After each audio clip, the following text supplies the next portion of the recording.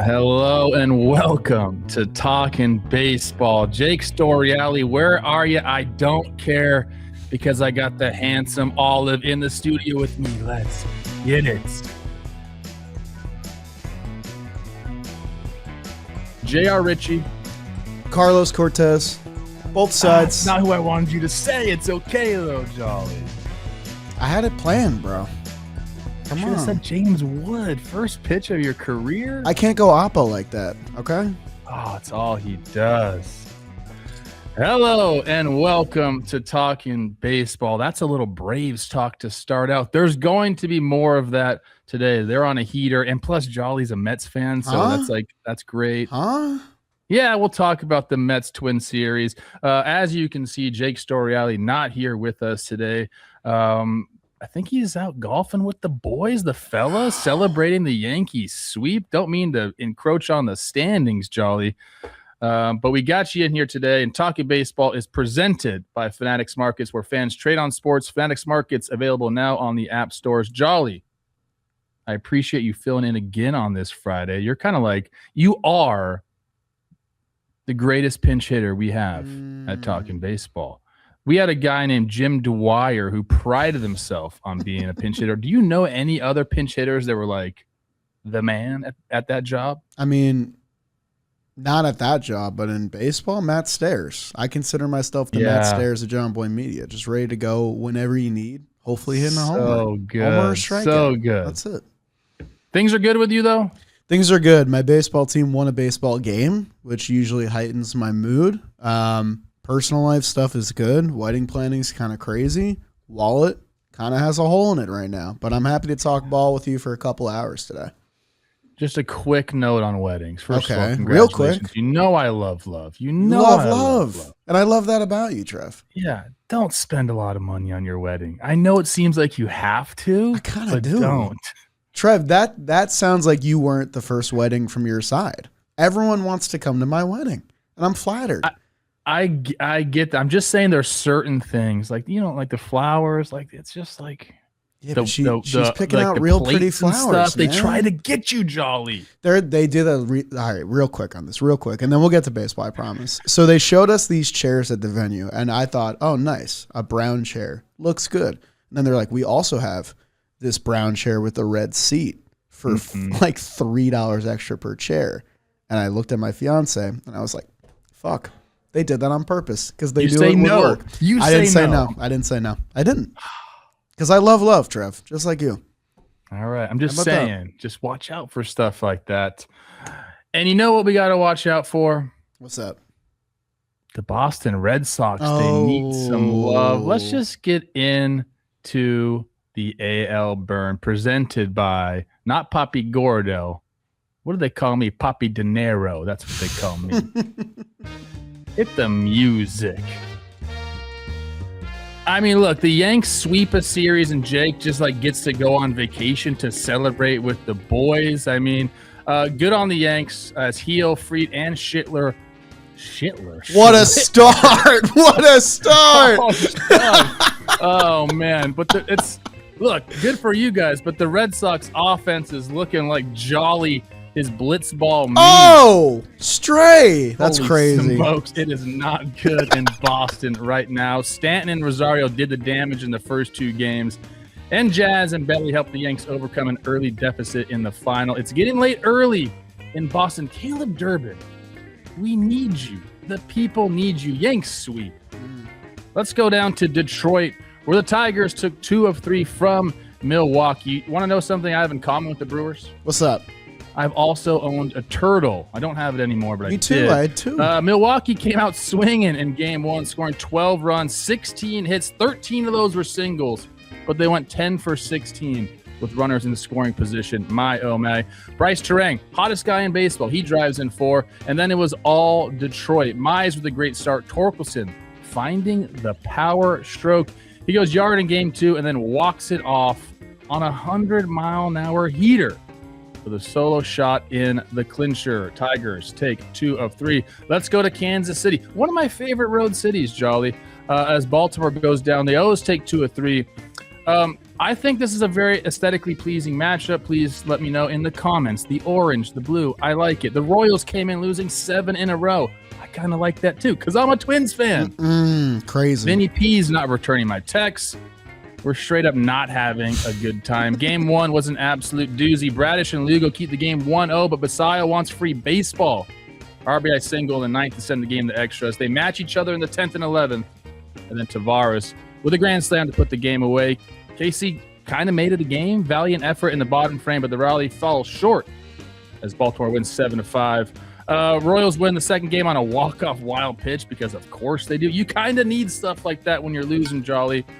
Shout out to Michael Massey for the game-tying solo homer against the literally, I guess formerly now unhittable Rico Garcia.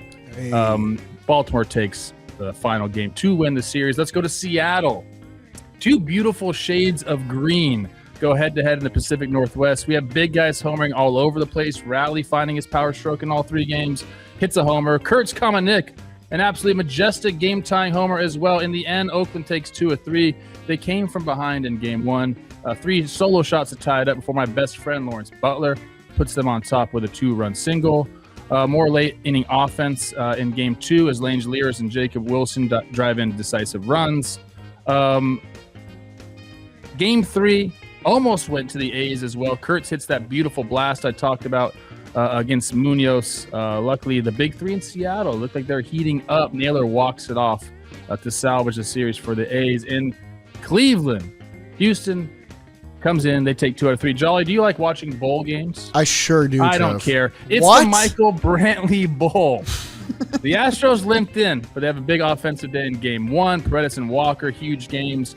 The Guardians get game 2. Messick, not his best outing, but him and DeLauder steal the game for the Guards. Brian Rocchio, you are my favorite player. Game 3, all the Houston needed was Yordan. He hits one like basically into Lake Erie, Jolly.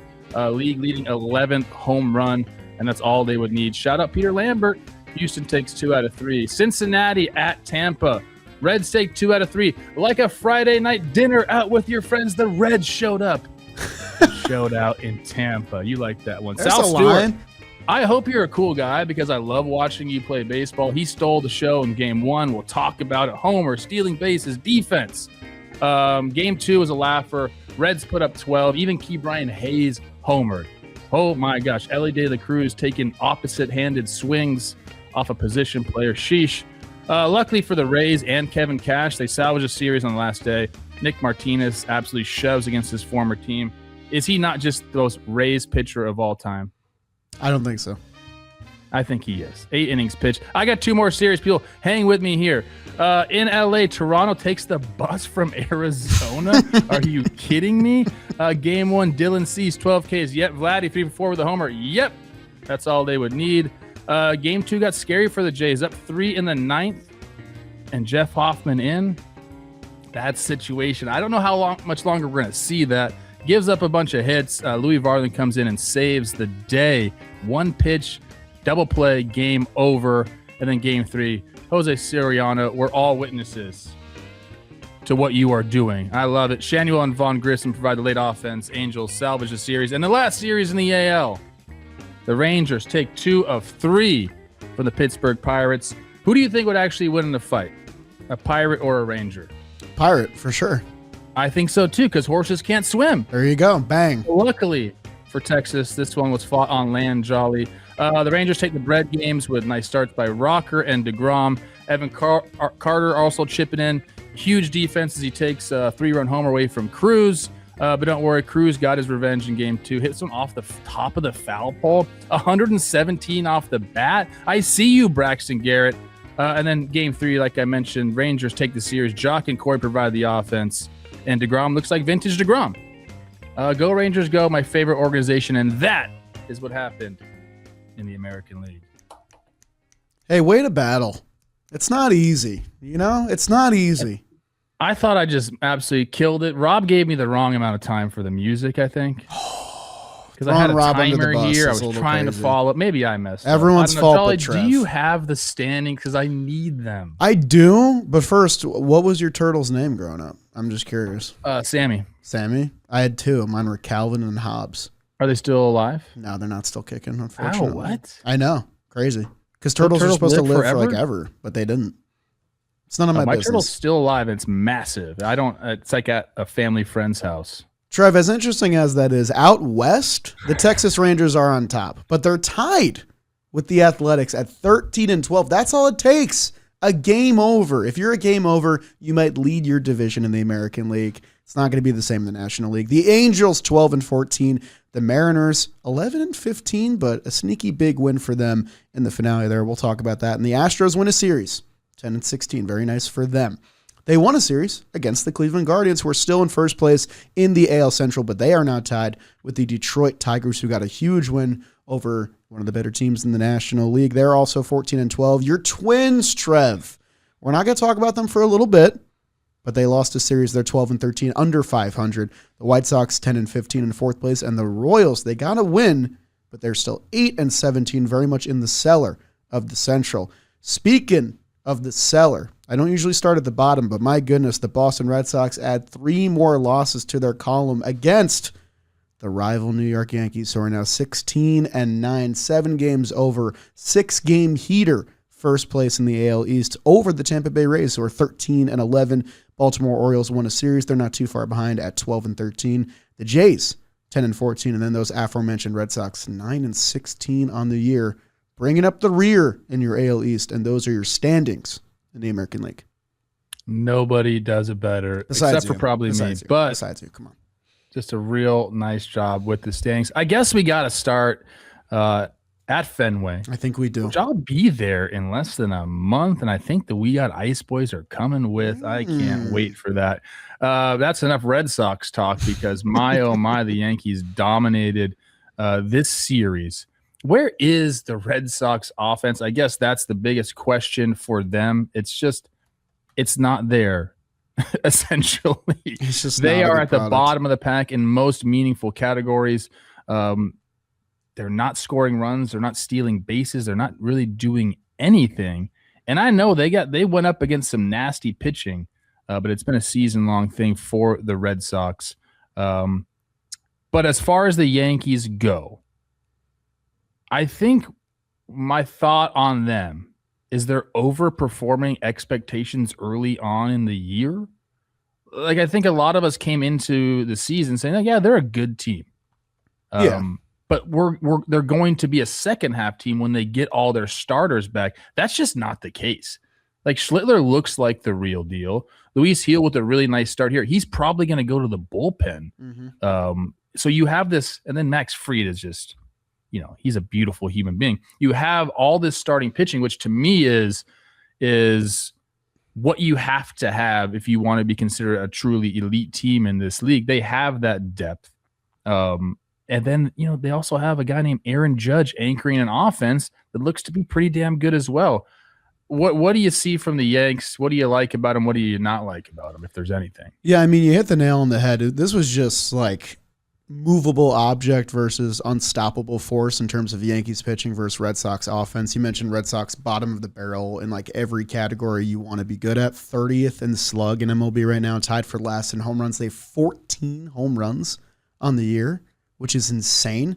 And they're facing a Yankees pitching staff, which is like so incredibly deep. Not only do they have 5 effective guys right now, but they're all going deep into games as well. You got 8 innings from Cam Schlittler, or Schittler, whatever you want to call it there.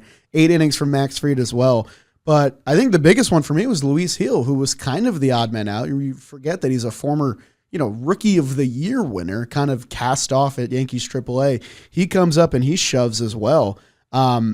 It was just a really bad time of year, I think, for the Red Sox to welcome in the Yankees, who, like you said, I think are surprising a little bit, only because they're getting the best performances out of a lot of their question marks, if that makes sense. Like, I think a lot of people were expecting a big year from Ben Rice, but, not quite literally the second best hitter in baseball behind Judge. And that's what we've gotten from him so far.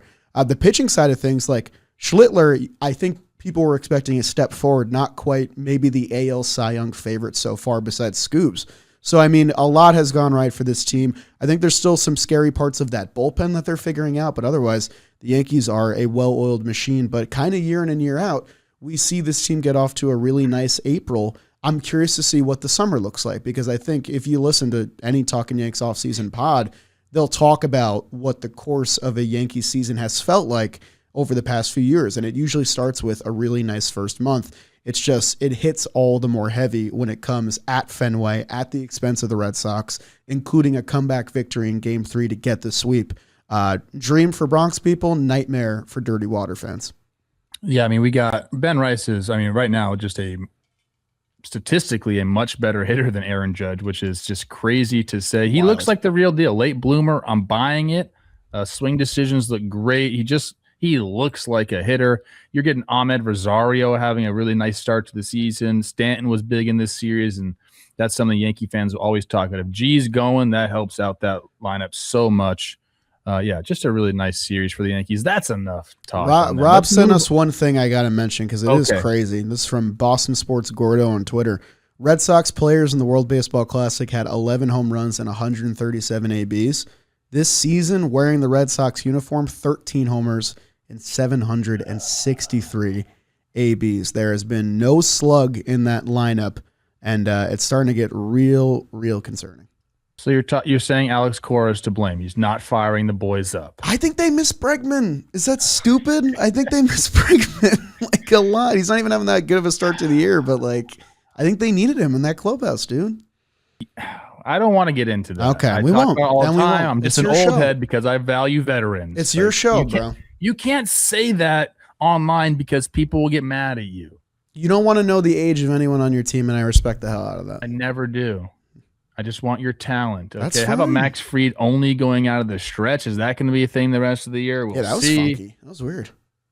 Well, worked for him. Said he was walking people in the windup. Okay, we don't like that, Max. Okay, sneaky Hall of Fame trajectory. Let's move on to Detroit. A team that I'm still like, I don't know what to make of this team. Like year in and year out, I question the Tigers, and I think it's like legit. I think you can question them, but they have a nice series here, especially coming back after that first game where they got absolutely blown out by the Brewers, who just kind of like they're ho-humming their way along. They'll be fine. What's I don't know the standings yet in the National League because you haven't read them. My bad. But the entire Central's going off right now. The Brewers kind of just, I don't want to call it treading water because I believe they are over 500. But this one was all about the Tigers. This one was all about Spencer Torkelson kind of doing it. I saw a really funny tweet also about Kevin McGonigal already besting Spencer Torkelson's WAR in career WAR in only 28 games. That's rude. That's rude. He's one of the guys where WAR is an interesting stat with Spencer Torkelson, but a nice series for them. Scoob's not happy with his outing. He kind of went off on I think it was a gum container.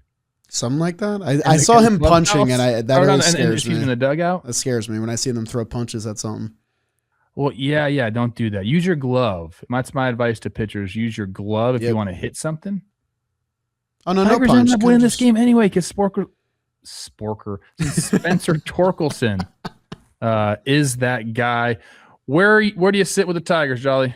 So, I mean, what we just say about the Yanks, right? We said that they're getting amazing pitching performances, and a couple of question marks have turned into big wins for them. I kind of feel similarly about the Tigers. It's just the record isn't as pretty, but like maybe the biggest, is it unfair to call it a question mark? I don't think it is. He's 21 years old, but Kevin McGonigal coming up, I don't really know what Tigers fans thought they were going to get.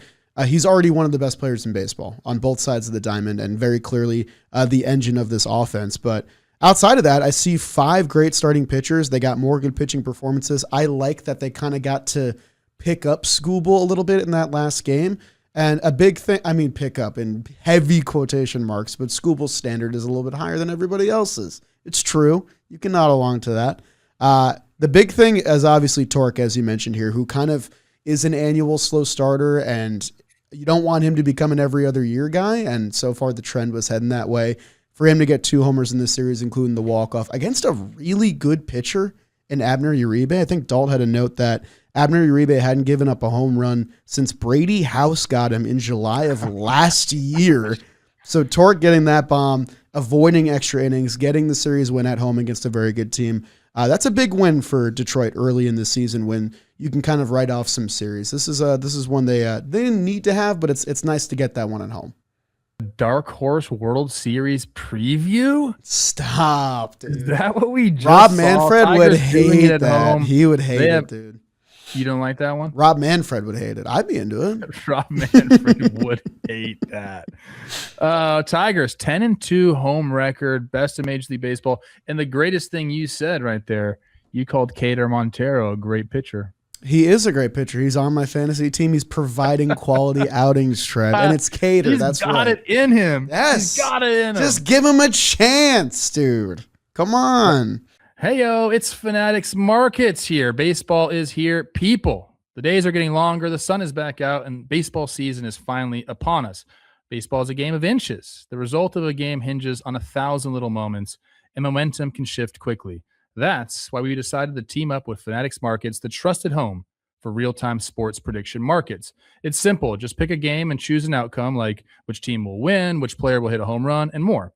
It's time to get involved in the action. Then buy contracts based on what you think will happen. Yes, if you think it will. No, if you don't. Buy as many as you'd want. Sell if the price moves in your favor, or let them settle when the event ends. From opening day to the Fall Classic, no matter who you root for, Fanatics Markets is right there with you. Join the Talkin' Baseball family on Fanatics Markets. Event contracts carry risk of total loss and changing prices. Not good for all investors. Not available in all states. Must be 21 plus. See important disclosures in Fanatics Markets app. Customers are introduced to Crypto.com by Paragon Global Markets, LLC, DBA Fanatics Markets, IB, and introducing broker. Registered with the CFTC and a member of the NFA. Let's go on to Kansas City, where the Orioles, they come in and they take 2 out of 3 from them. Times are getting tough there in Kansas City. There is just no doubt about it. They are struggling offensively. They are struggling basically in all facets of the game. And I think Royals fans had a lot more hope coming in, but a very, very slow start for them. And the Orioles come in, take advantage of that. They're trying to tread water. They're 12-13, as you so eloquently put. And the Kansas City Royals, man, worst record in all of baseball, tied with the Phillies at 8-17. Not a lot going right for the Royals. If you look around the lineup, I mentioned Vinny P not returning my text. He's off to a really, really slow start right now. Sal's off to a really, really slow start right now. Even Bobby Witt, for his standards, very, very slow start. All the guys they were kind of counting on, to be, this was a team that a lot of people talked about. Like, they could win the AL Central. We like what they did offensively. We love the pitching staff. It just has not happened with them whatsoever. Isaac Collins was a guy that I really liked coming in to the year. Minnesota guy, saw him with the Brewers doing things. I thought that was going to be an answer for them, but it hasn't been that way. The only guy that's really showing up offensively, the rookie Carter Jensen. How about it? How about it, man? Yeah, I mean, yeah. I likened the Royals a lot to the way I felt about the Reds, and you can literally see how stupid and mean baseball can be with the way those two teams have endured the 2026 season so far. The Reds are 16-9, and they have basically 2 hitters in their lineup carrying the offense. I thought the Royals could kind of be the same way in some combination of Bobby Witt Jr. and whoever else steps up at a given time between Vinny P and Mike Kell, and now you have Carter Jensen and Jack Caglione coming on. But the offense hasn't been there. They had, I think, the most symbolic play of a team trying to just get over the schneid and make something happen when Lane Thomas got doubled up. They had a prime opportunity to win the first game of this series. It was all-time bad base running gaff of just trying to make something happen. This was also just a really sloppy game. Like, Gunnar got picked off twice in this game as well. But this was, as soon as I saw this, because I was in the bad place with my Mets, and that can't happen. It cannot happen in that situation. It's so tough. Luckily, they got the win in the second game because sometimes you need a little bit of luck to just get off that schneid. They went on the wild pitch there. Orioles, credit to them. We didn't talk a lot about them in this segment. They take care of business. They beat a team they need to beat in the American League. But Royals, it's getting late early, and I just think if you're not if you're not hitting and you're putting up 2 to 3 runs per game, even with these great pitching performances like Seth Lugo and Michael Wacha out to awesome starts, it's just really tough to win ball games when you're only really getting a chance to hit with 3 of the 9 guys in your lineup. I didn't mind the Lane Thomas attempt. Okay. I know it looks bad. Hindsight's 2020. You're right. They're trying things out. They're trying to manufacture runs. That ball gets away. He probably thinks it's going to continue to scamper away. Sure. And then Gunnar with a really heads up play, getting to third base right there. It ends up looking bad, but the golden rules, no first or third out right at third base. That was a second out. He was trying to be aggressive. I'm trying to give him some grace a little bit. Shout out Samuel Basallo coming up big in that game 1. Adley Rutschman has a homer in this series. The baby birds. I'm still formulating an opinion on them, if that's okay, people. Yeah, it's early. I'd like to see them play against a big division rival series. I'm looking forward to that. But so far, treading water. That's all they need to do. Water. Speaking of water, Seattle's on some water, and that's where the A's went and took a series from them. The A's are a fascinating team, dude. So fun to watch. I love the offense. And we saw it here. Another guy that I think I need to watch all the time now is Carlos Cortez. He just has the look. Yes. Throws with both hands. The look there. No one talks about it. It's crazy. He throws with both hands. It's insane. That's nuts. Love that. The A's are just, they're so, I don't know, man. Anyways, great series for them. We talked about the homers.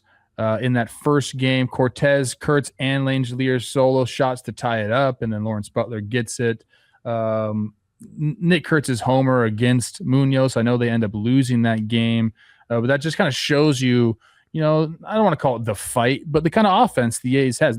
They should never be out of a game. I know sometimes that bullpen can go awry and maybe put them too far out, but the A's offense has the ability to slug with anyone, and we kind of saw it this series. Yeah, I mean, they're one of the teams that I always try and throw on to watch just because you never know what you're going to get with that offense in terms of they could score literally at any point. Jeff McNeil gets his first homer of the year against Logan Gilbert. That was a cool thing. A's went on the road in a pretty tough place to hit, and they did their job against the Mariners here.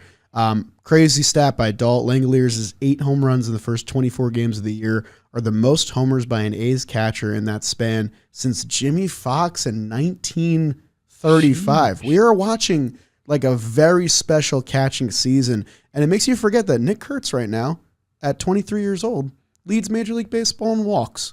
How about that? I just found that out. I really like that for him.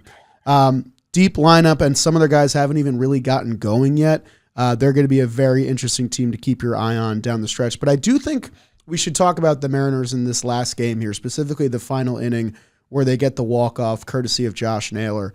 There might have been no player in baseball that needed a big hit more than Josh Naylor, who was off to a really, really miserable start offensively after signing a big boy deal to stay in Seattle long-term. He gets the walk-off knock here after J-Rod and Cal got on. This whole inning kind of felt symbolic for me of these are the top 3 guys that are they're going to determine what Seattle can truly accomplish this year. We know the pitching staff is there. The back end of the bullpen is there. They play solid defense. But if these 3 guys don't come out and become all-stars once again like they were last year, it's hard to say how far Seattle can really get in this year. So to see them put together the rally against the A's, I know it's not the greatest A's bullpen ever, but to do it at home and to avoid the sweep and for Naylor to be the guy to do it, I thought was a really, really huge moment. Dalt's notes here again. Their number 2 through 4 spots, Seattle's, ranked 29th in batting average, 26th in slug. Hopefully that can turn up and they can start to win more series offensively because 11-15, I think they can live, with a sort of mediocre April. They're going to need to catch fire in the summer. They are, yeah. Maybe a sign of things to come for those guys. Because I agree with you. They're going to go as far as Julio, Cal, and Josh Naylor will take them. They got some auxiliary guys that can come up big from time to time, but that is the main cog of the offense. Cal homers in 3 straight games. Julio is riding a 19 game on base streak, and then Naylor with the walk-off hit could get them going. Seattle's going to be in play. I'm really not worried about Seattle. Slow start. I think they're one of the teams that's just over 162. I don't want to say they're going to rise to the top, but I think they're going to be in the dance. They're going to be in the playoffs, and we'll kind of just mark it down as, they got out to a slow offensive start. That's it. Sure.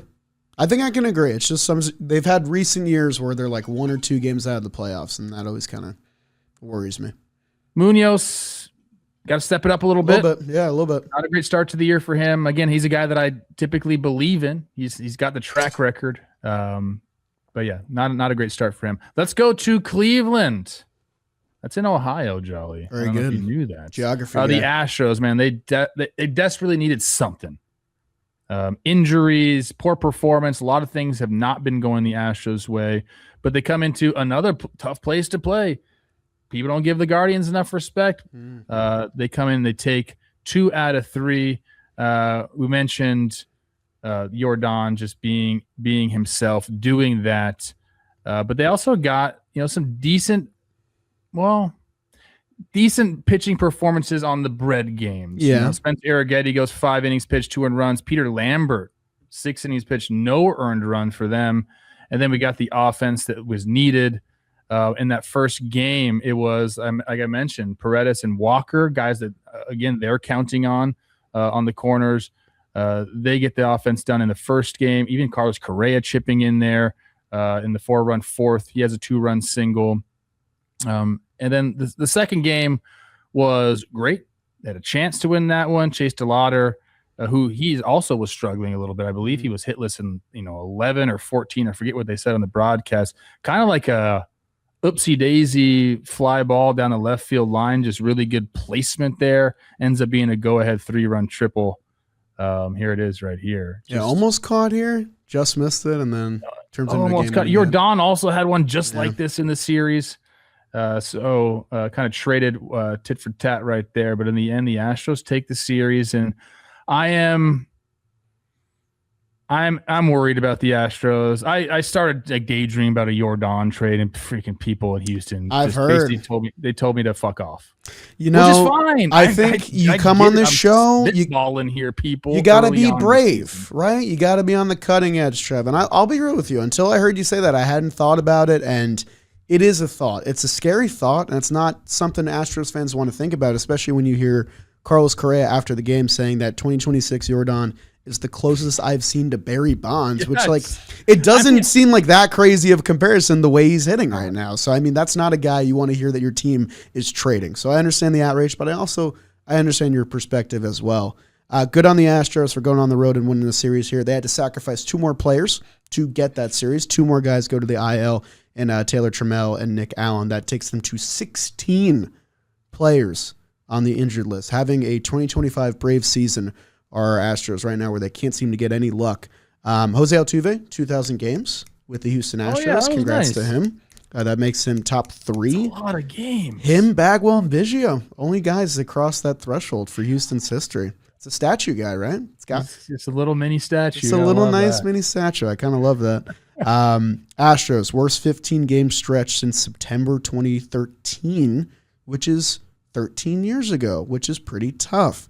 Hopefully they can keep stringing together some big offensive performances, because like you said at the beginning, you said good pitching performances, and I agree, because I think the standard for what Houston fans will take in terms of what their starters are going to give them is pretty low right now. It's just not any of the names that you thought would be there in the rotation when you started the season. A lot of those guys are on the IL currently. So hopefully the Astros can just win every series, man. That's all you can do. Split on the road and win at home, and hope that you can climb back to 500 and get these guys back on your roster for some meaningful games. Yeah, I thought after that first Lance McCullers Jr. start, I thought we were, okay, here's the Astros magic again. Hasn't really turned out that way. But Yordan, we talked about him, hitting 347. That's second in the big leagues. He's first in runs driven in, first in extra base hits, first in total bases, first in on-base percentage, first in slug, first in OPS. Holy That's shit. insane. Trev, do you know who the Astros play next at home? Ooh, the Red Sox. The New York Yankees come to town. Oh! That should be interesting. Well, all right. Okay. Yordan will get his. Yeah, I know he'll get, and so will Altuve. Yeah, that's true. Jordan versus Judge is always a fun matchup, or should I say Jordan versus Ben Rice? We're going long here, Jolly. Let's go. Not bad. I like chatting with you. Let's churn through these games. I don't care either, bro. Who cares? Rob cares. Tampa Rob Bay, hates it. Cincinnati takes 2 out of 3. I mentioned Sal Stewart, man. Ball player. He's a good ball player. He's a Miami guy, which probably means he's Cuban. Don't have really any I don't know if that's true or not, but I love my Cuban ball players. Huge game in game 1 for him. Hits a homer. He ends up stealing a base that Terry Francona's like, why did you do that? Ends up working out because he scores on a wild pitch. Francona had some funny quotes after that saying, we were in the dugout laughing. I didn't send him. All of a sudden there's a wild pitch, so it turned out to be very good. Just can't ever get thrown out there. And I'll remind him of that about 7 times tomorrow. So it's one of those things where, hey, it worked out, but Tito's going to let you know. And then another just takes charge in the bottom of the 9th on a kind of like a flare pop-up, takes charge and makes that play, which first baseman usually just get the hell out of the way. But yeah, you were talked about it earlier with the Reds. It's been the Sal Stewart, Ellie De La Cruz show, and that's been about it. But the pitching has been so damn good, and they've had some big hits and big moments that they're off to a massive start. 9-2 road record. Or is it more than that? That's just after game 1. So 10-3 road record. That's the best in Major League Baseball. They're 12-2 against teams 500 or better. That's a stat that you really like to see. If you're Cincinnati, you got to beat the good teams, and right now they're doing that. Yeah, I got a few things on the Reds just because they're such an interesting team to watch right now. One, how cool is it for Sal Stewart to be playing under Terry Francona as his first Major League manager and to hear those quotes? That must be so awesome for him. Like, I feel like the Sal Stewart we see right now would be so different without Terry as his manager. I also want to pat myself on the back, and Jack and Zoe, the We Got Ice Boys, they asked me in the preseason, they said, who's one player that you think is going to be good this year that we can like DM and ask to collab and do some stuff with? And we eventually landed on Sal Stewart, and they forgot to do it, and now he's a stud. So I think it's too late for them. I think it's too late. I think they fucking blew it. Outside of all that, another good series for the Reds here. The Reds, just to put it in perspective about Ellie and Sal, they both have already amassed 1 win above replacement in terms of Fangraphs WAR. The third highest player on the team is Matt McClain at 0.1. It is a 2-man show in Cincinnati right now. But it's working, man, because like you said, they're pitching their butts off as well. I will say good for Key Brian Hayes getting off the schneid. He gets his first extra base hit and homer of the year. Steven Matz, back-to-back homers for Dane Myers and Key Brian Hayes. That's a tough look. But Hayes gets one over the fence. Hopefully he can start to play a little bit better because they can benefit from his defense if he hits even a little bit. Cincy, 5 straight games, 7 of 8, 16-9 on the year. Keep going. It's fun. And Nick Martinez. He is the most raised pitcher ever, dude. Throws a ton of pitches, those strikes. He had 23 first pitch strikes to 30 batters faced in this game. He didn't throw a pitch in a 3-ball count until the 5th inning. Nah, Trev, you know who the most raised pitcher ever is? I wonder if you ever faced him. Dude, Jeremy Hellickson, the most raised pitcher ever. But they had more, like Jeremy Hellickson, and what's the difference between him and James Shields? Nothing. Big Game, don't disrespect Big Game James like that, bro. Well, they're just change-up masters. I know, but he was like the last complete game artist. That was a rubber arm. Respect to go. I don't James like Shields. when young fans disrespect James Shields because of the This is what he would say to me. What would he say? Luffy, bro, 2-1 change piece, you lay off of it? Is he the OG Blake Snell? He might be. James Shields used to play against my older brother growing up at Hart. You can say Marshall, by the way. I've met him. Marchface, shout out. Come on. My brother used to dominate. But I've known James forever. Shout out. But he used to be, how'd you lay off that change? I'm like, bro, you throw it like 90% of the time. What are you talking about? Anyways, That's good. Nick Martinez, go. 2-1-0 through 5 starts for the Rays. Nice. They have not fared well against teams in the NL Central. They lost. NL Central's the best division in ball. That's why. Easy. NL Central balls out. Yeah, what? Come on. They faced every single team. They've lost all 5 series. Oh, my goodness. That's tough.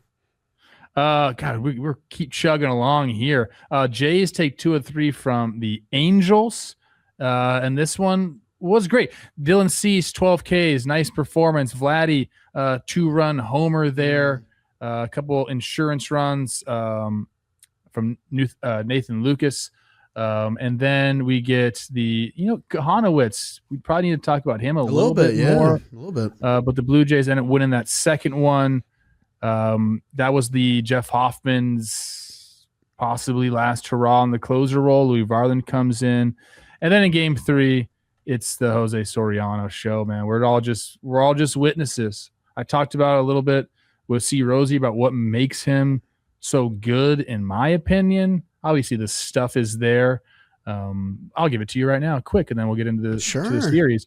He lulls you to sleep with the first part of his windup. It's so slow.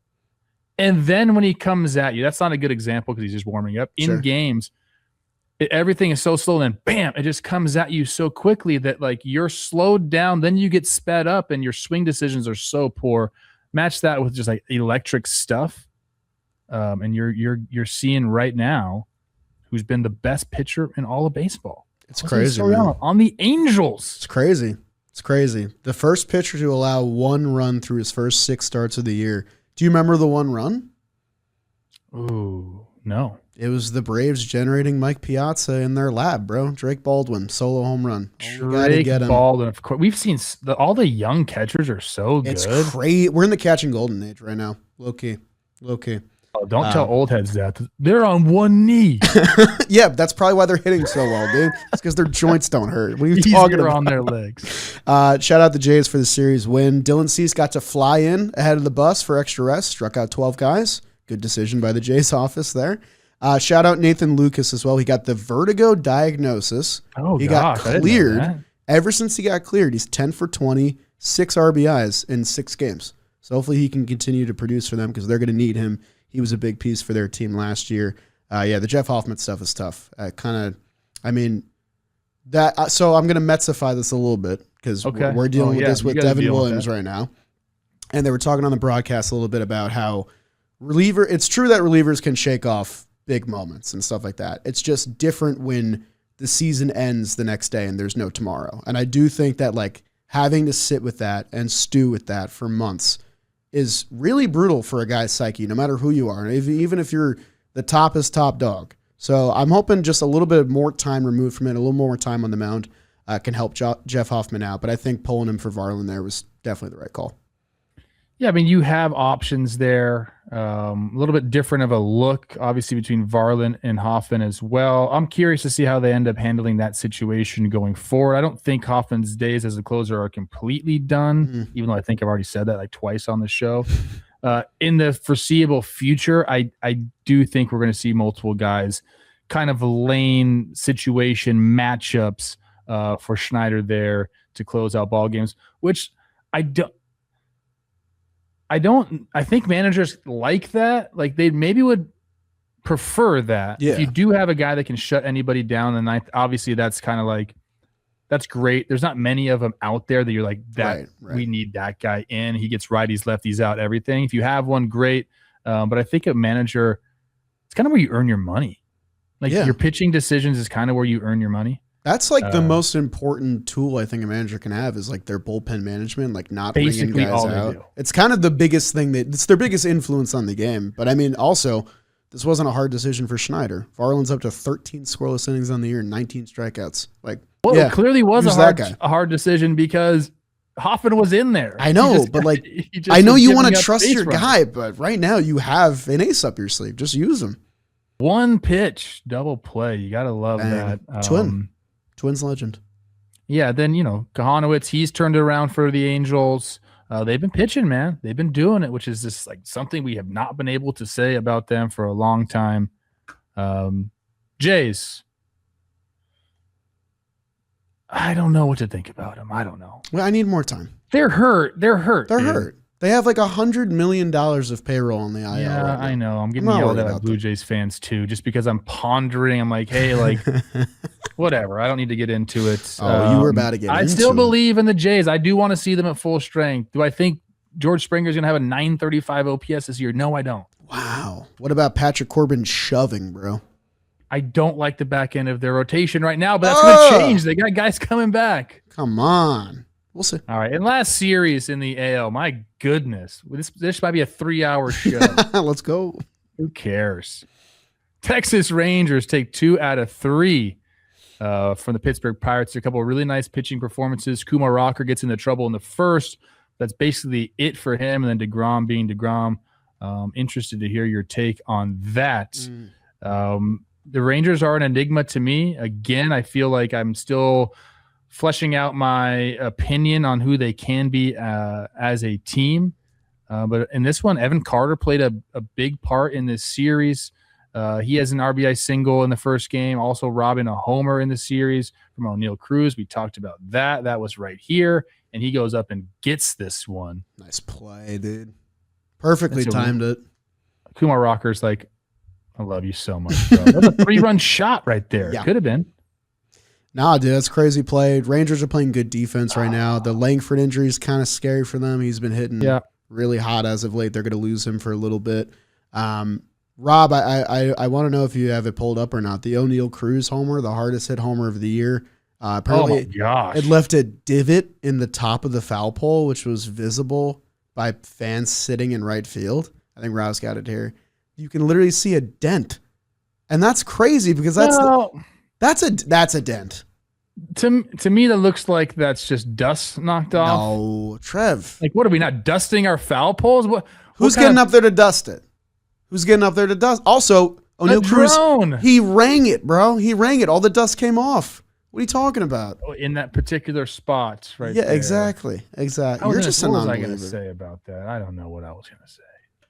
We've gone long. I had something really funny and witty. Let's see this again.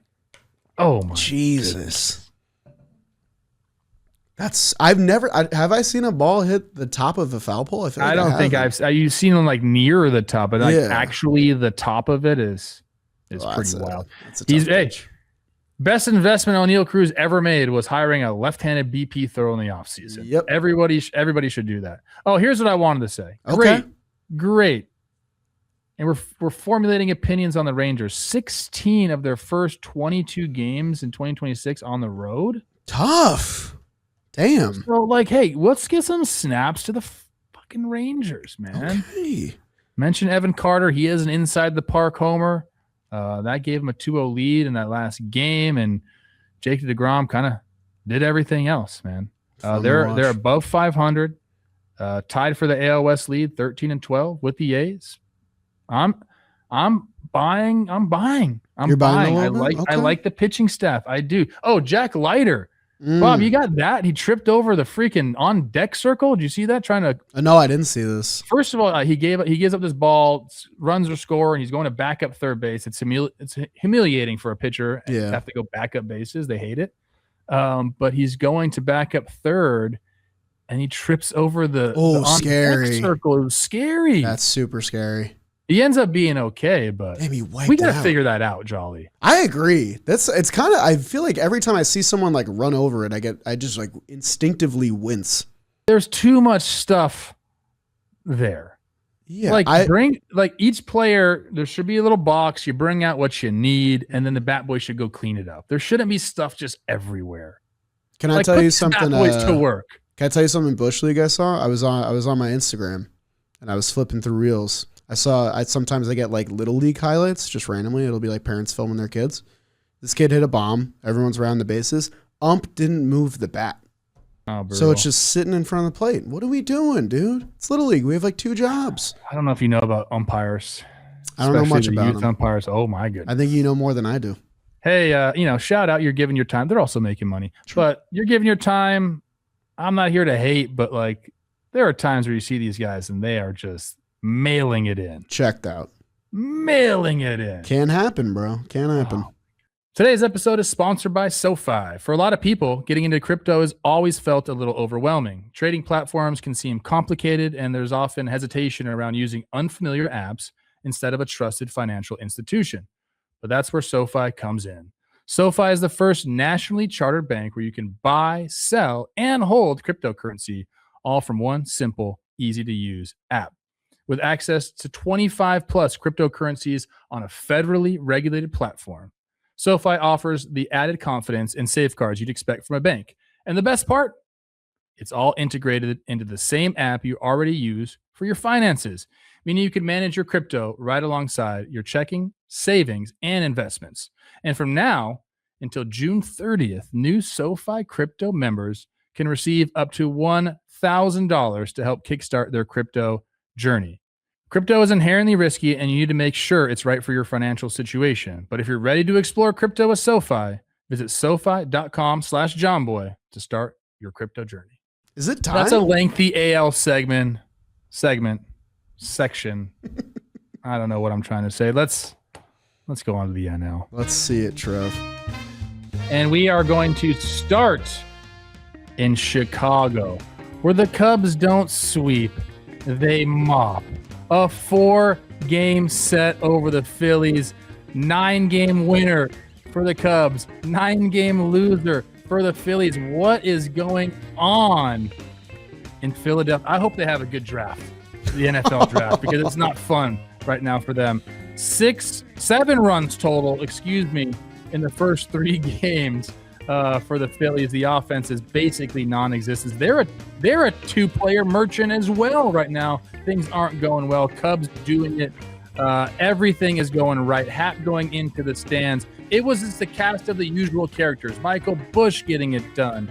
Dansby and Nico up the middle. Just so handsome. Things are going the Cubs' way right now. Seiya Suzuki finding the power stroke. The pitching is there. The offense, the defense. Is Craig Counsell back? We'll talk about it more. They mop the freaking Phillies. Sheesh. The San Francisco Giants take 2 out of 3 from the LA. Oh, okay. We're snapping. That's Jolly nice. likes That's that. nice. Dodger hater. No. Tony Vitello turned the whole season around. He went to the Chappelle Show, and he told a story that should have lasted 30 seconds, and it took 10 minutes because that's what he does. My people. 3-1 game 1 for the Giants. 3-0 game 2 for the Giants as Roop and Malley best Yamamoto and Ohtani. Okay, didn't have that one on the bingo card. There was some stuff going on between Dalton Rushing and Logan Webb and Willie Adames. Can't wait to talk about that. Tyler Glasnow shoves in game 3, but like I mentioned, the Giants take 2 out of 3. Oh boy. This one will be quick. The Mets take 2 out of 3 from the Twins. Both teams just down bad. Both teams just down bad. This was a terrible series to watch. I can't believe it. Hey, at least you guys made a freaking change. Your new closer looks just like your old closer. Okay. 2 pitches. Fastball changeup. Great. Get back to the recap, bro. Clean this up. It worked out for you. 2 of 3 from the Twins. A couple fun debuts, though, for the Twins. Prelip and Kendry Rojas. Love to see that. You guys got to Joe Ryan there in the last game. Win that 10-8. Mets take 2 out of 3 from my Twins. I'm sure Jolly has a lot to say. The Braves take 3 out of 4 from the Nationals. Nationals still riding high with the offense. But the Braves, who I'll talk about later, they are firing on all cylinders. Injuries to the pitchers. Who gives a shit? We got more. J.R. Ritchie, I played hacky sack with you at the draft in 2021. How about that? Now you're up there doing things. Look, Braves are good.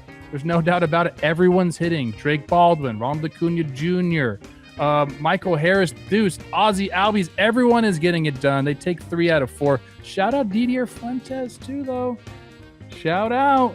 They got a little bit of magic going early on in the season. Okay, Braves, it was all Walt Weiss. I'm calling it right now. Oh, wow. What a poll. Difference maker. Damn. Shout out the White Sox. They're banging homers, bro. That's what they do. They go into Arizona, and it's Murakami, it's Miguel Vargas, and it's Colson Montgomery. That's all they needed. They win game 1 11. This is such a D-back series. They lose 11-5, then they win 11-7, and then they get beat 4-1 in the last game. It's always chaos there in the desert. As I mentioned, just homers from everyone. I can't wait to talk about Murakami with you. Merrill Kelly, bad start to his start. Erod, he does his thing, but White Sox go and take 2 out of 3. Padres same story. Going to Colorado, do what they need to do. They're starting out the season very, very strong. They take 2 out of 3. Randy Vasquez, okay, buddy. Padres win 1-0. That never happens at Coors. They win that in Game 1. Rockies come back, win Game 2 8-3 before the Padres take Game 3 10-8. Gavin Sheets with a massive homer there.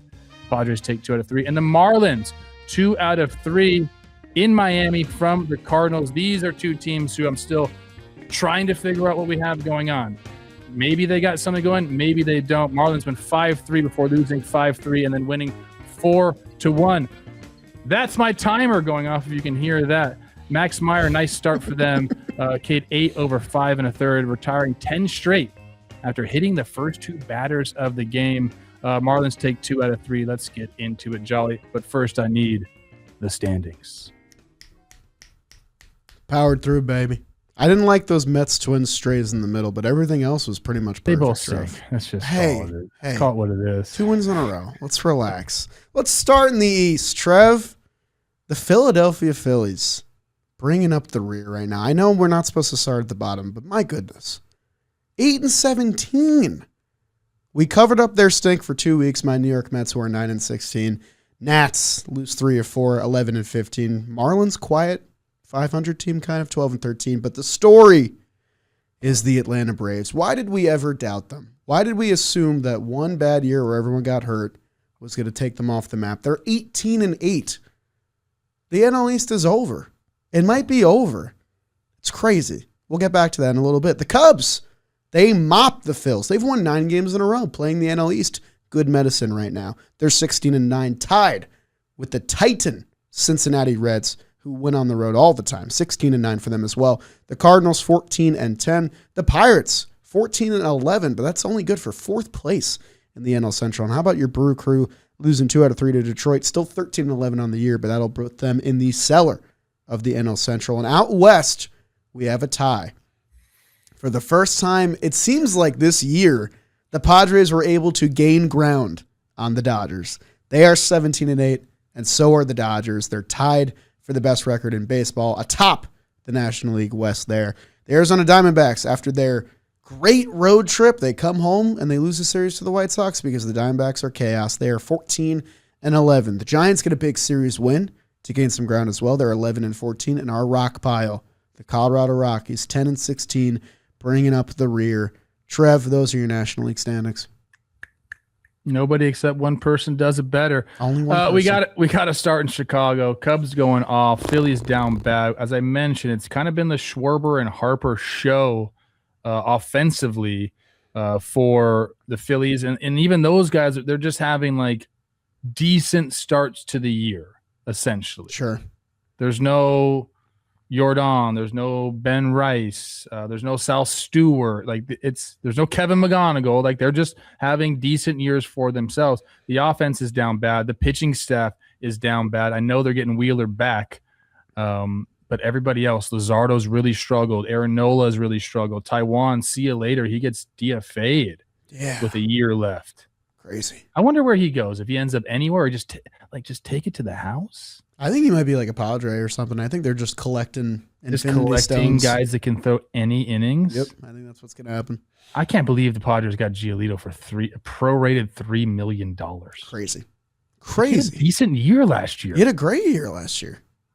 All right. Yohan Duran's been out for them. Like, it's been a really, really bad start. Do I still believe in the Phillies? I think so. Christopher Sanchez with a 1.6 whip. He leads all of baseball in hits given up. Like, the ERA looks nice, but I don't know. Maybe that's the Phillies defense that's getting him too, because the FIP looks decent. Okay. Forget the Phillies, because this one's all about the Cubs. They had everything going for them. They really, really did. I mentioned some of the sparkling defensive plays. Even Bryce Harper was talking about that. But you got Colin Ray, 6 2/3, 1 earned run. Shota coming out, 7 innings pitched, 1 earned run. Matthew Boyd, gets through it, 4 2/3 with 2 earned runs. And then Edward Cabrera with a quality start, 7 innings pitched, 3 earned runs. I mean, so they're pitching, they're hitting, they're playing defense. It's a good time to be a Cubs fan right now. Super good time. I mean, I watched them play 3 against my Mets. They just play a really, really good brand of baseball, man. I think the most underrated part of that team is the defense, like you mentioned. They have Brewersified themselves. They have a great defender at basically every position right now, and it was on display in that first game against Philly. Even Bryce Harper after the game was like, I thought we hit the ball well. I saw them dive for plays like 7 times. Tip your cap to them. The Cubs, they're looking like a very complete team. It's really why I like them in the preseason, because I love teams that, like, yeah, they have stars, but like this is just where everyone's doing their part. You know, you have Dansby making plays up the middle with Nico. PCA is starting to come on offensively a little bit. Matt Shaw's been hitting for them. Craig Counsell has so many buttons he can push late in games for pinch hitting and stuff like that. They use their 26-man roster to the fullest extent. And I think they're just a really, really fun team to watch. The biggest shock for me for them so far has been their bullpen, like doing it. Ben Brown in the back end, 19 innings, a 2.37. They found a role for him. Caleb Thielbar, your guy, getting saves. It's wild, dude. They took the first 3. That game 4 was brutal for the Phillies. That had the makings to be the win to get you off the schneid. Adolis gets his first big home run as a Philly, like a game-tying late blast in a leverage situation. They couldn't get the job done there. 9 games in a row they've lost now. But they ran into a buzzsaw, man. The Cubs they're a really good team. I'm sorry. I want to go in. I want to start talking about the Phillies, but I just I don't think it's the time for that right now. You mentioned the bullpen, get it done. Cubs kind of are doing the thing where they just have a bunch of different looks out of the pen, which on my team that I'm running, I also want that. Of course. And guess what? This is what, like, I guess, is Hobie Milner considered like a side armor? Yeah. I mean, or submariner, I guess. Yeah. So my high school coach did this. If you just were like a run-of-the-mill pitcher, every single year we had at least one guy drop down and throw. And that guy would become an absolute weapon. I feel like we're getting away from that because everyone's trying to hit numbers on TrackMan. They're trying to velo it up. It's like, okay, great, dude. We have enough of those guys, man. Don't you want to like separate yourself? And guess what? It ain't going to be from velo anymore. Velo's not a separator anymore because everybody throws hard. If you are a minor league pitcher right now with a 4 ERA, start getting in the pen and throwing sidearm, dude. Trev, can I tell you something you'll like? Look, I don't understand why more teams aren't telling guys to do that. Hey, you're not going to make it as an over-the-top guy. Let's try you out sidearm. I'll tell you this. Preseason, we did Cubs spring training. We did player interviews. I asked the hitters, who's one guy on your team you'd hate to face on the pitching staff? A lot of them had like traditional, like, you know, kind of run-of-the-mill answers. Ian Happ said Hobie Milner. He said when he was with Milwaukee, he gave me fits. I think he got me out like 10 times. Very glad he's on my team. That shows you the value when the hitters are saying it as well. Go look what Tyler Rogers is doing in Toronto. Like, there is a lane for that. We're getting off topic here a little bit. Always. I just think that we need to see. I've been right about so many things in this era of baseball. I just want to let everybody know. Trev, humble God. 2 years ago, I said, if you don't bunt, I think you're an idiot because nobody can defend the bunt. What's everybody doing nowadays? Trev, you should just run all 30 teams. Yeah. I just don't get it, man. You don't need veterans? Okay. Good luck. Go Cubs, go. That's their song, isn't it? That's go their song. Cubs, go. Very nice. Something. Come on, you don't know the Go Cubs Go song? Hey, Chicago, what do you say? Hey, the Chicago, Cubs are going to win what today? do you say? The Cubs are going to win today. That's crazy. Clean that up, man. Clean that up. I need to clean that up a little bit. I'm more of a I'm a South Sider, baby. That's crazy. Giants take 2 out of 3 from the Dodgers. They needed that big time. I don't think the Dodgers care at all, to be honest with you. Close games, well played.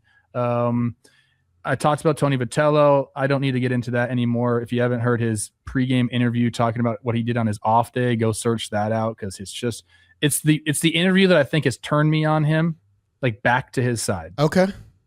It's still ridiculous, but I'm like, all right, dude. Like, I think that's just who you are. I'm just gonna have to accept it. Essentially, that's where I got with him.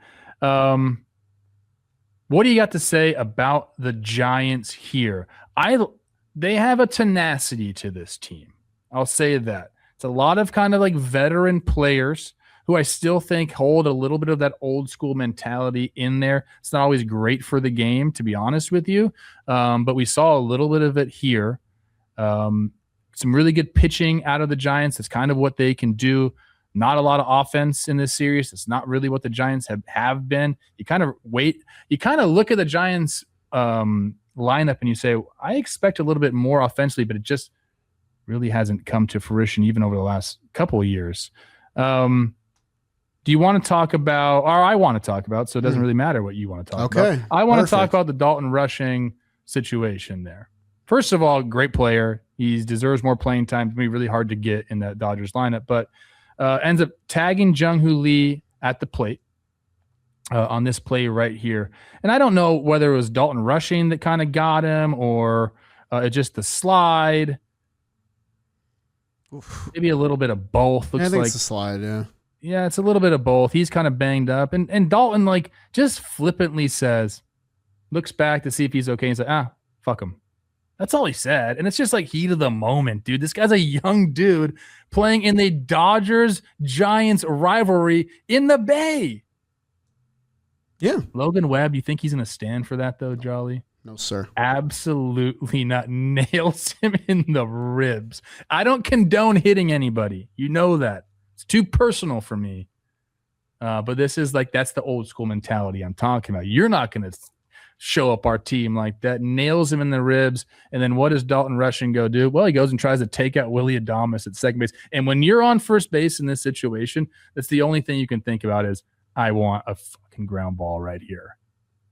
At least that's what it used to be.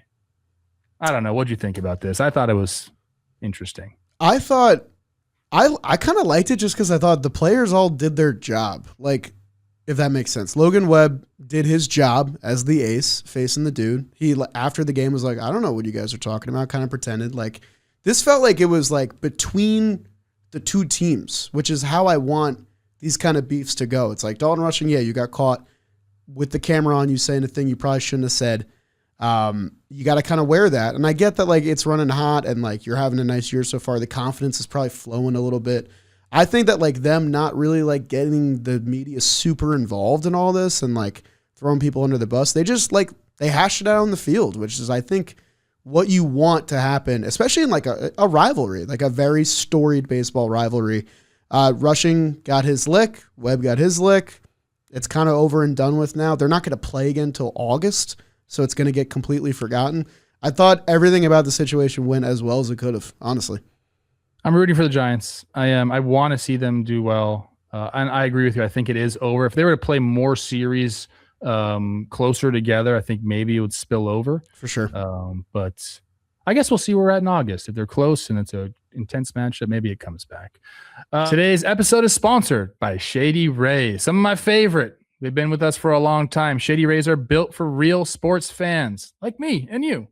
No more squinting through the sun to track a fly ball when you already have your sunglasses on.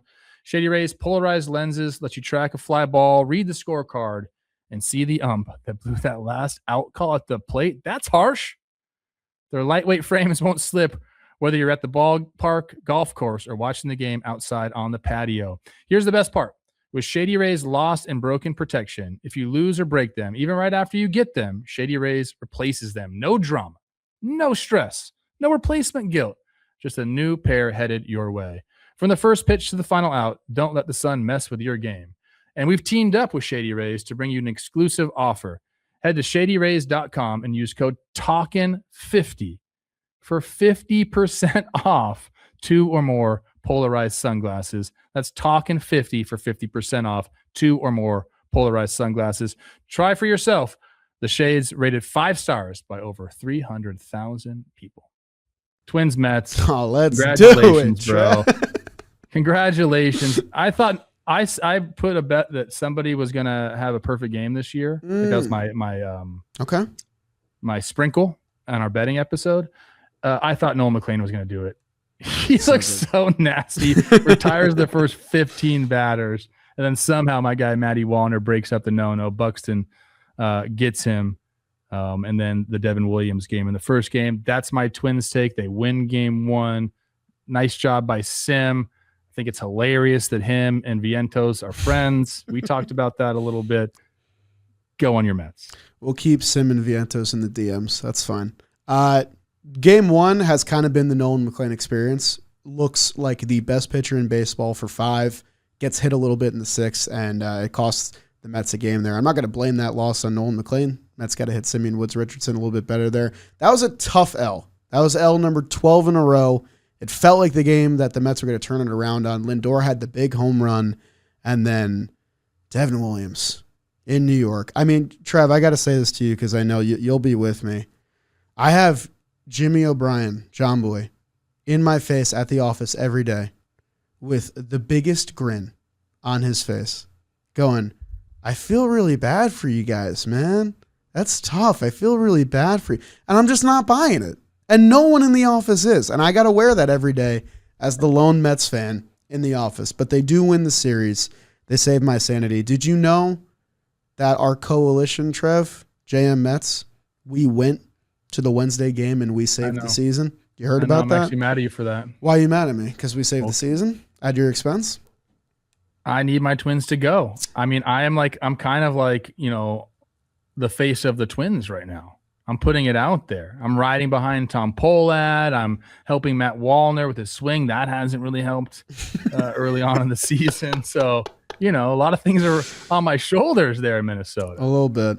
Mets got that big Game 2 win, and then a big offensive outpouring against Joe Ryan in Game 3. Didn't have that in my book, but the Mets were hitting good pitching there. It kind of just felt like they needed to get the monkey off their back, and everyone started to go, especially the role players in the lineup.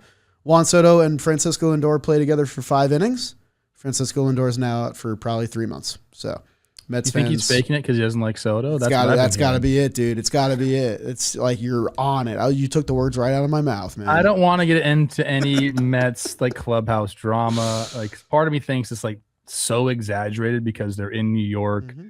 There's always little stuff in clubhouses. Just win and it'll go away. That's enough on this series. Just win and it'll go away. How about that? Need to move on. Right. Braves take 3 out of 4. Offensive outburst by them. More on them coming later. So I think we should kind of go. I mentioned, J.R. Ritchie, Dieter Fuentes coming up for them. Great. Nationals, valiant effort. I think the Braves are just, the Braves are doing it right now. Did they run into a buzzsaw? Sure. Again, more on the Braves later. So if you got anything on the Nationals, sure. If not, I think we kind of just move on. Yeah, I don't got much. Braves are a wagon. C.J. Abrams had another big home run. It's been really fun to watch him play this year. I don't have too much. If I'm being honest, sorry to Nats fans. It's fine. James Wood homers on J.R. Ritchie's first pitch, which is mean. And that's why I didn't highlight it in the opening of the show, Trev. It's mean. I'm not a mean guy. So thanks. Gosh, I do. I mean, the Nationals are fun. They got some guys. They're not going to roll over this year. They have they have a squad. They have a squad. But I feel like we've been saying that for the last 3 years. I haven't. You guys have been saying that. I haven't been saying that. Well, they have fun players. Sure. And they just haven't really done it. This year, I feel like it's kind of not all happening, but it's a better watch. White Sox take 2 out of 3 from the Diamondbacks. Again, this was basically... It was the Montgomery, Vargas, and Murakami show going in. I mean, they're another team of the same ilk as the Nationals, where we don't really expect them to win the division or probably even make the playoffs or be in contention. But day in and day out, if you want to watch them, you're probably going to have an enjoyable experience because they have these guys. I mean, Colson Montgomery is sneaky. One of the better shortstops in all of baseball already. We have some young dudes coming up at that position, which is awesome. And I've said this a million times about Murakami already. How were other teams not in on this guy? It's instant offense. He's going to swing and miss, sure, but he is. So many teams could use this guy. Yeah, so many. And he was 2 years, 34. Get out of here with that, man.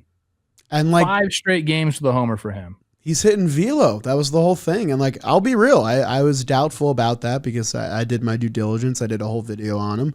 And that was still the card that you pull of here's the one thing to worry about. Because if you can't catch up to the heater after your first month, that's all you're going to get thrown.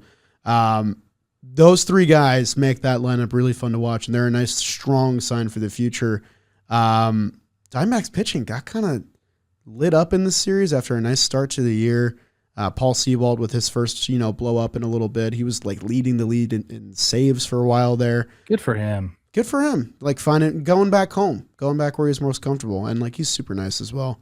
Yeah, I don't have too much on this series either. I'll be talking a little bit more about it in a little bit. So you got more snakes coming. You got more snakes coming. So I don't want to spoil any of that. But yeah, go White Sox, go. Good for you guys. Happy for Miguel Vargas too. Yeah. Yeah, you get shipped off to the White Sox from the Dodgers. Like, you could be multiple-time World Series champ. Instead, you find yourself on the South Side. Chicago, not a bad place to be. But he's turning into the ball player that I think a lot of people thought he could turn into. Nice. 2 more series here, and my Jolly. Here we go. Padres take 2 out of 3 from the Rockies. I think we can also be quick on this one. Randy Vasquez and the whole the Padres pitching staff is like kind of like found a way to get it done early on in the season, which we were really, really questioning that. And Vasquez has been a big part of that. Buehler, who had a couple of nice starts in a row, he gets hit in the second game there. And then the Padres come from behind in game 3. Mentioned Gavin Sheets with a massive homer there for the Padres. I have a new term, and this wasn't it, and I forgot to mention it. What do you think about when a team takes the lead in the bottom of the 8th, calling it a material change? Yeah, I'm not opposed to it. We've talked about this before, and I'm having trouble finding the right phrase. I think that's it. I swear, guy. I'm just telling you, just let it marinate a little bit. Okay, I'll let it stew. So not necessarily a material change because they were on the road, but go ahead. And then another note on the Padres real quick. Mason Miller gets the night off in game 1 because he's just like been pitching a lot. How about Adrian Morejon coming in throwing 100 from the left side? So, just like, what are we doing there, Padres? Yeah, like that'll work too, I think. That'll be fine. Mason Miller tied for the longest scoreless inning streak in Padres history with Clay Meredith. Did you ever face him? He was good. I might have. He was OG back in the day. Padres 16-4 in their last 20 against the Rockies. They have quelled their demons against the Rockies. When I first met Ryan Cohen, that was like one of the first bits we had together of like he just hates the Rockies because they would play their best ball against San Diego. That doesn't seem to be the case anymore. 12th 1-0 game in Coors history, and the 1 run came on a bases loaded walk. How about that? Winning teams find ways to win, baby. Game 2 was just like my fingerprints were all over it. Willie Castro, Eddie Julian singles, Mickey Moniak doing it, and then TJ Rumfield, who is my guy. More on the Rockies later too. Okay, how about that? Nice. Yeah. Last series, Cardinals go down to Miami. They lose 2 out of 3. Max Meyer versus Mike McGreevy. Fire me up for that one. McGreevy, who's been really good to start the year. He gets 4 earned runs in 5 2/3. Max Meyer, who was a Minnesota guy, really taken really early in the draft for the Marlins. Decent outing here, 5 2/3, 2 earned runs. Marlins take 2 out of 3. Agustin Ramirez with a big offensive campaign or series, as I should say here. I enjoy watching the Marlins play ball, and the Cardinals have been such a nice surprise early on in the series. I was interested to see what was going to happen here. Marlins end up taking, like I said, 2 out of 3 from them. Yeah, I feel like every Cardinals pitching line I've seen so far this year has been like nice, decent quality start and like 2 to 3 strikeouts. That's the brand right now, man. McGreevy did it again here, but the Marlins get the series win. Marlins got to figure out their bullpen a little bit, but I just know when they play the Mets for the first time, they're going to be special because they always are when they welcome us into town. The Marlins, they have that ability that their offense, like anybody can kind of just shine there, whether it's Owen Casey or Jacob Marcy, or we had Xavier Edwards hitting in the cleanup spot game 1. Kind of love that. Agustin Ramirez, love-hate relationship with him. Hate him behind the plate, love him at the dish, like the way he swings the bat. Little Gary Sanchez in him. And a quick Dustin May update. A lot of people have written him off. 3 straight starts that he's gotten into the 6th, won 3 straight decisions, reduced his ERA to 5.84, started the year off poorly, but he's he's one of those guys, like, you look at him, he's got the stuff, right? Are you buying Dustin May stock? I right don't now? know. Okay. I want to. Okay. Say it with your chest. You guys had a weird career, man. Very weird career. Like, had a really serious throat condition from a piece of lettuce being lodged in his throat. Crazy. Really crazy there. Shout out Jordan Walker. He's doing it. But go Marlins, go. That's what happened in the National League. And now, Jolly, it's time for standout performances. It's time for standout performances. This guy stood out for Trev. Say what? Oh my gosh! Every time I hear it, I laugh. I guess I will go first because it says it in the billing right there. Even though you're my guest, I'm going with my guy, Hunter Goodman. Nice. Against those Padres, he went 3 for 4 on Wednesday with 2 doubles, a homer, and an RBI. I wanted to highlight him because we talked about like this golden age of young catchers. I don't know if Shea Langeliers is still considered a young catcher, but I'll just give it to him. Sure. He's banging the ball around the park. A lot of people talking about Drake Baldwin and what he's doing following up his rookie year. He seems to be one of those guys. But Hunter Goodman quietly like is in the same category as those guys. Jolly, if you took last year and this year and combined them for Hunter Goodman, okay? 168 games, so basically a full season. Sure. 37 homers and 100 runs driven in. He'd have an 849 OPS, a 123 OPS plus. It's a cheat code. If you have a good offensive catcher, it is a cheat code. You're trying to do that a little bit in New York with Francisco Alvarez. Maybe I'll throw him in there as well with the young catchers. How about Ryan Jeffers' big grand slam? But I just think we're in a very, very good spot with the young guys coming up behind the dish, especially offensively. I mean, shoot, we just had Cal Raleigh hit 60 last year from behind the dish. So, say what you want about what catchers do and what they don't do now, but we are seeing some guys come up and swing the bat, and Hunter Goodman is definitely one of those guys. Great standout, great pick. Hunter Goodman continues to impress. Made the All-Star team last year. Maybe he does it again this year. Josh Donaldson light, I'm telling you. Okay, don't hit that ball into the ground. I'm going to go the same series as you, Trev. How about that? I'm doing a little audible. Whoa. Yeah. So good news for Rob Scirocco there. I'm going with Randy Vasquez. He continues to amaze me, man. It's no longer the Juan Soto trade. It's no longer the Michael King trade. It was always the Randy Vasquez trade. 5 starts this year, a 1.88 thanks to 7 shutout innings in Coors Field on a night where the Padres only had 1 run for their lineup. Randy gets the job done and still gets the win. The thing that I'm really enjoying about him, entering this year, 51 career games started, a 3.3 walk per 9, a 5.8 K per 9. Those are not pretty numbers. This year so far, 2.5 walk per 9, 9.4 K per 9.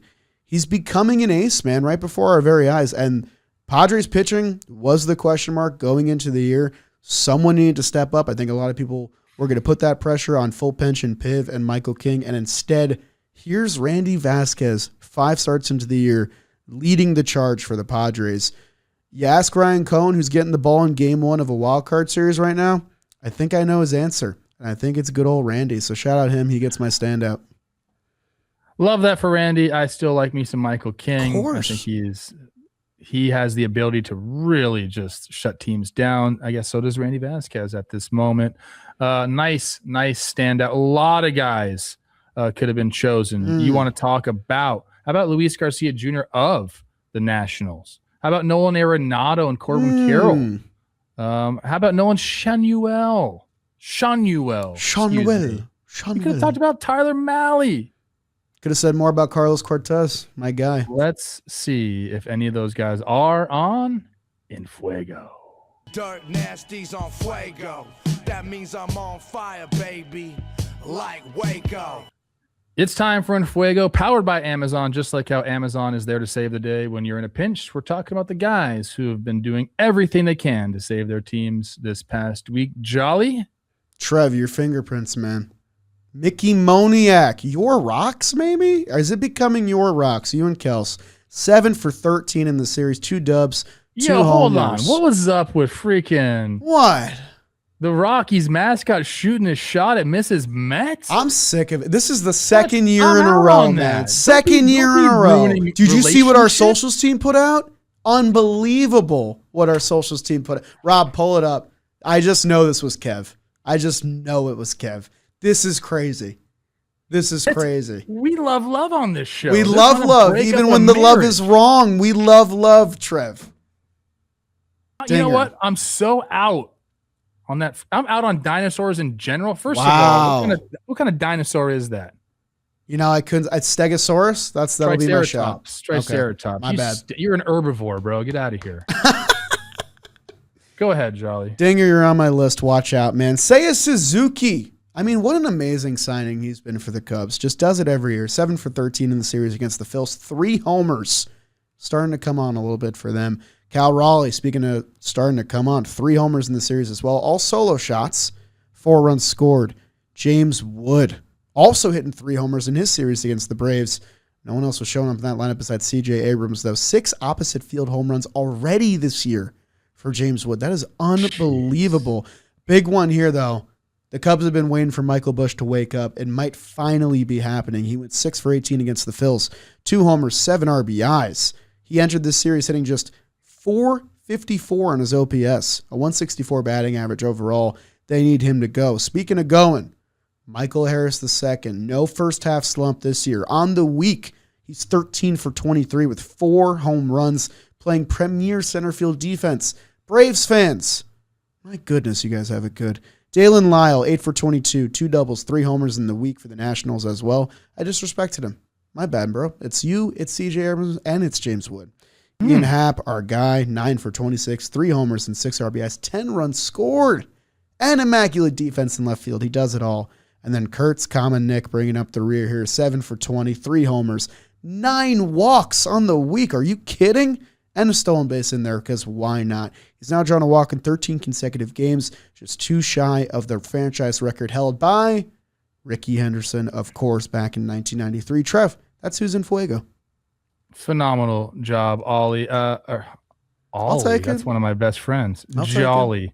Thanks to our partners at Amazon. Shop Amazon, save on essentials, and save the everyday. If you're going through this list, who's the most handsome? Obviously, Ian Happ is up there. I'm going dark horse, Mickey Moniak, That's not a dark babyface. horse. That's not a dark horse. But also James Wood. that would be your dark horse. I think Mickey Moniak is clear runner-up here. Clear.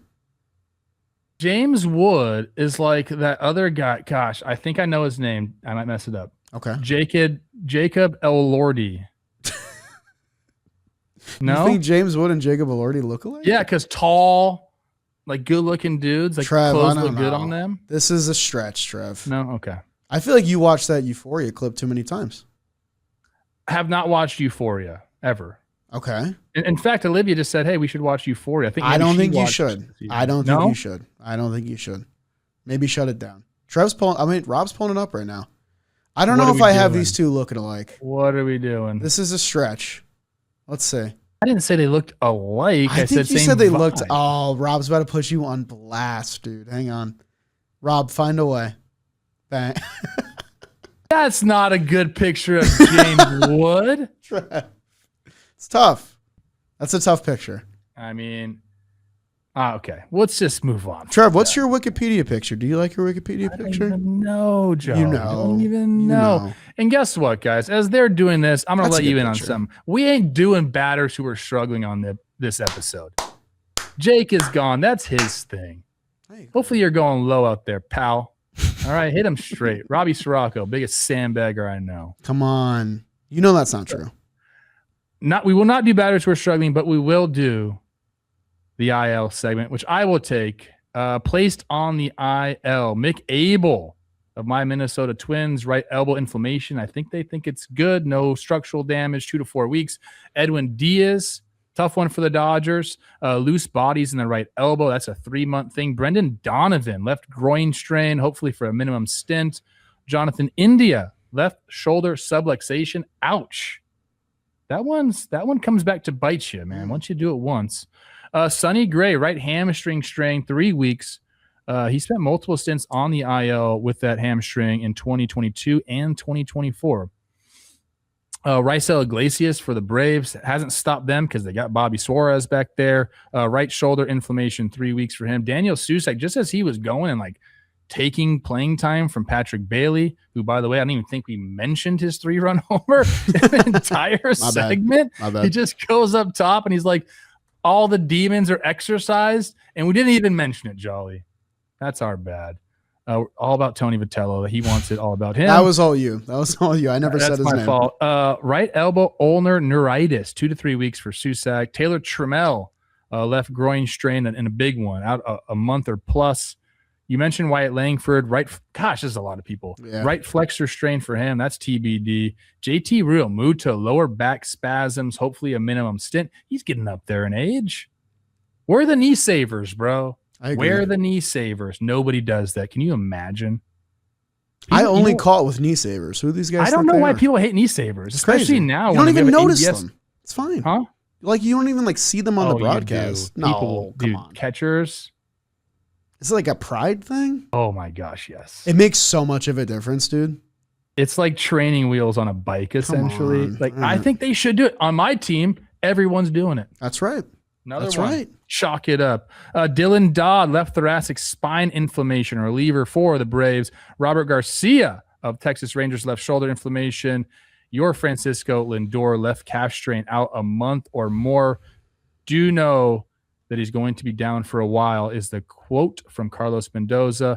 Hate that whole segment. This one's a little bit better before we get into awards and the People's Weekend. Royce Lewis came back for the Twins. Adley Rutschman back for the Orioles, hit a home run. Matthew Boyd, him and the Cubs. We mentioned the mop job. Nice to have him back in the rotation. Your guy Juan Soto came back, made an immediate impact in that second game. And Estroy Ruiz, I never know where you're playing, dude. I never know what team you're on. You're on the Marlins this year. Okay. Shout out. You had that one amazing year of stolen bases, and then the A's owner got mad at you. That's who came back from the IL. Jolly, let's start everybody's weekend. Awards. Shout out Kelsey. You or me, pal?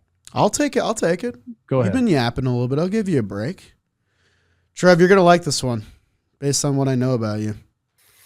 I'm going with the Age is Just a Number award. Trev, picture this. You've been doing something for 10 years. You feel like maybe people have defined who you are at what you do. I have to imagine that Ildemaro Vargas might have felt that way going into his age 34 season in 2026. First career, never had more than 6 homers in a year, never put up an above league average offensive season. He was known for playing all the infield positions, kind of being a vibes guy in the clubhouse, just being, a 1 or 2 tool kind of guy, which can prolong into a nice MLB career. What if I told you that Ildemaro Vargas has played 18 games this year for the Diamondbacks, and in every single one, he has recorded a hit? He has a 20-game hit streak dating back to last season. He's hitting .357. He's about to tie his career-high single-season mark in home runs, and it's April 24th. And in this series against the White Sox, he hit 3 home runs and collected 8 RBIs. Both are best totals for him in a series in his career. Ildemaro Vargas is more valuable in terms of WAR than Corbin Carroll right now, and Corbin Carroll has played 5 more games than him. It is one of the most sensational stories in baseball this year, and I don't think it's getting enough press. Ildemaro Vargas can play every position in the infield. He's a switch hitter. He is raking, and he's 34 years old, and he's breaking out. It is so awesome. I love when shit like this happens. Ildemaro Vargas, you get my award for this week. Age is just a number, baby. Trev doesn't want to know how old you are. He just wants you to play good ball. That's it. That's it. Why do I care about what age people are, man? Can you ball or can you not ball? That's what we're saying. I love the award. Obviously, I hesitated calling him a journeyman with Chris Rose, but that's exactly what he is. I mean, he even played on my Twins. How about it? For a portion. of his career. A lot of time on the Snakes. He's back doing it, and he's been a big reason why they've been able to kind of hold serve there. 14-11. That's a nice start for the Snakes. I don't think a lot of people had that. Without Ildemar Vargas, they are not there. So a massive start to the season for him. And yeah, it touches my heartstrings a little bit. You're right. And it's the year of Venezuela, baby. The year of Venezuela. The year of Venezuela. 100th percentile in expected batting average. 94th percentile in expected WOBA. 94th in expected slug. He doesn't swing and miss. He doesn't strike out. Also doesn't walk. It's okay. I want him to swing. I don't care if you walk or not. The ball in Look play. at his spray chart. He's hitting the ball everywhere, dude. I told Rosie this. Okay. What he's done now is he's bought himself a couple more years in the show. Mm-hmm. And if you don't believe me, you don't know what you're talking about. You put up runs like this, teams see the value in you. You bought yourself some chances, which is awesome. This guy's going to play till he's 50. Trev, can I give you another 34-year-old infielder who also bought himself another year? Ooh. Jose Iglesias in 2024. Oh, yeah. Right there.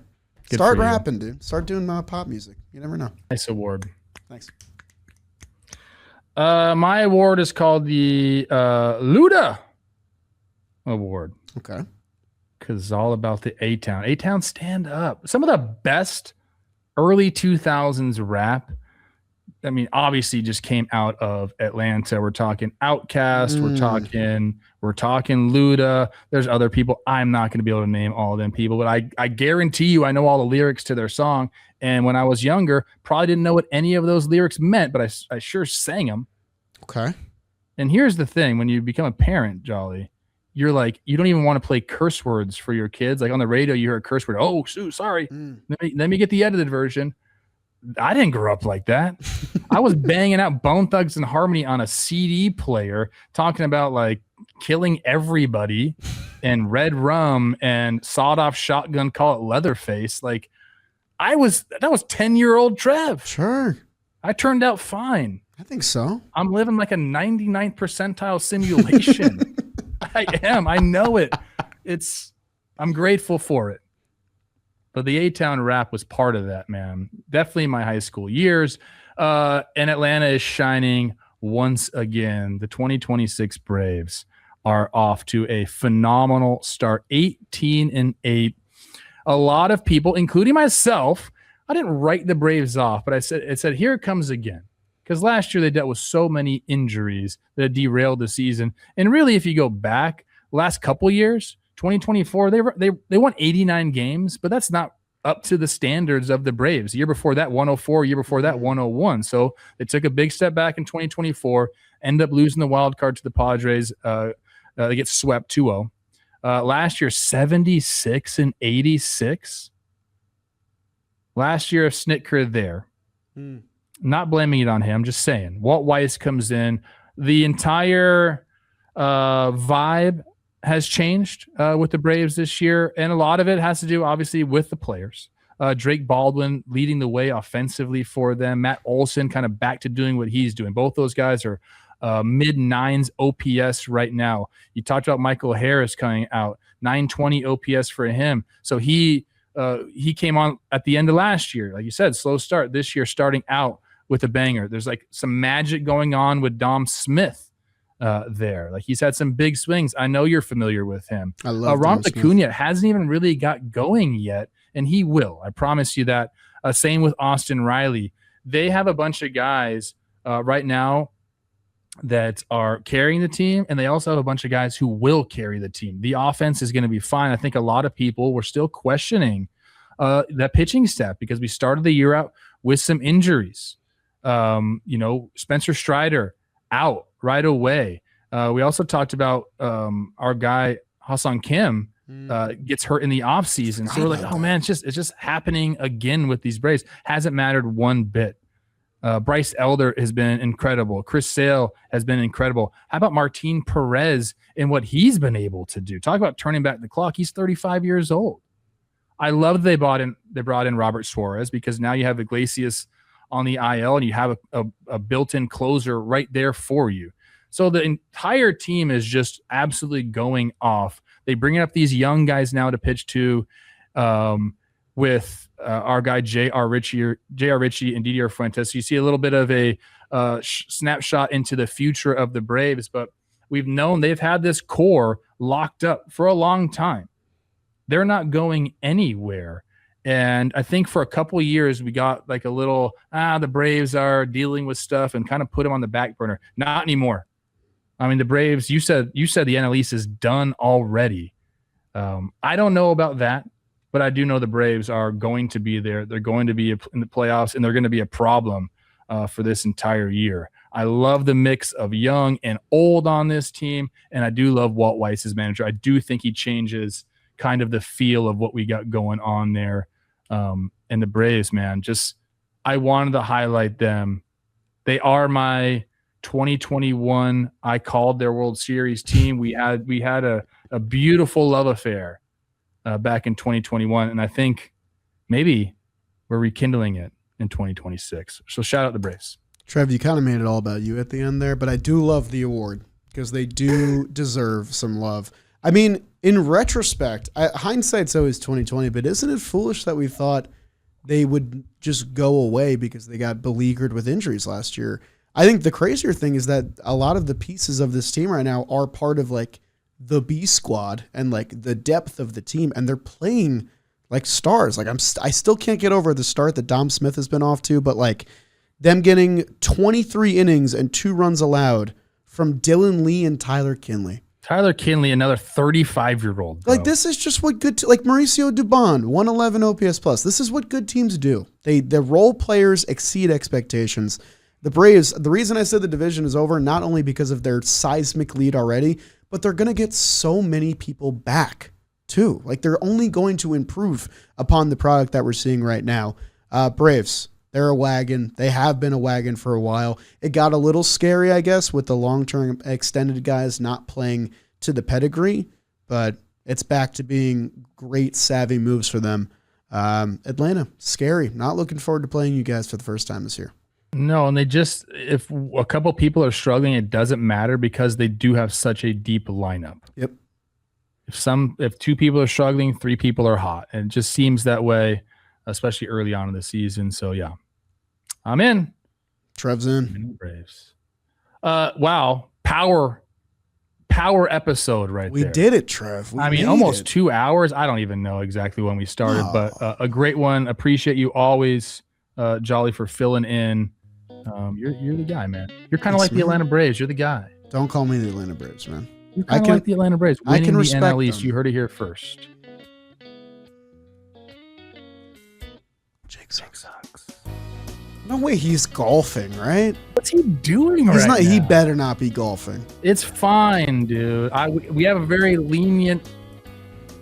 Lenient Rule at for my that on the expense, might I add. I'm just saying.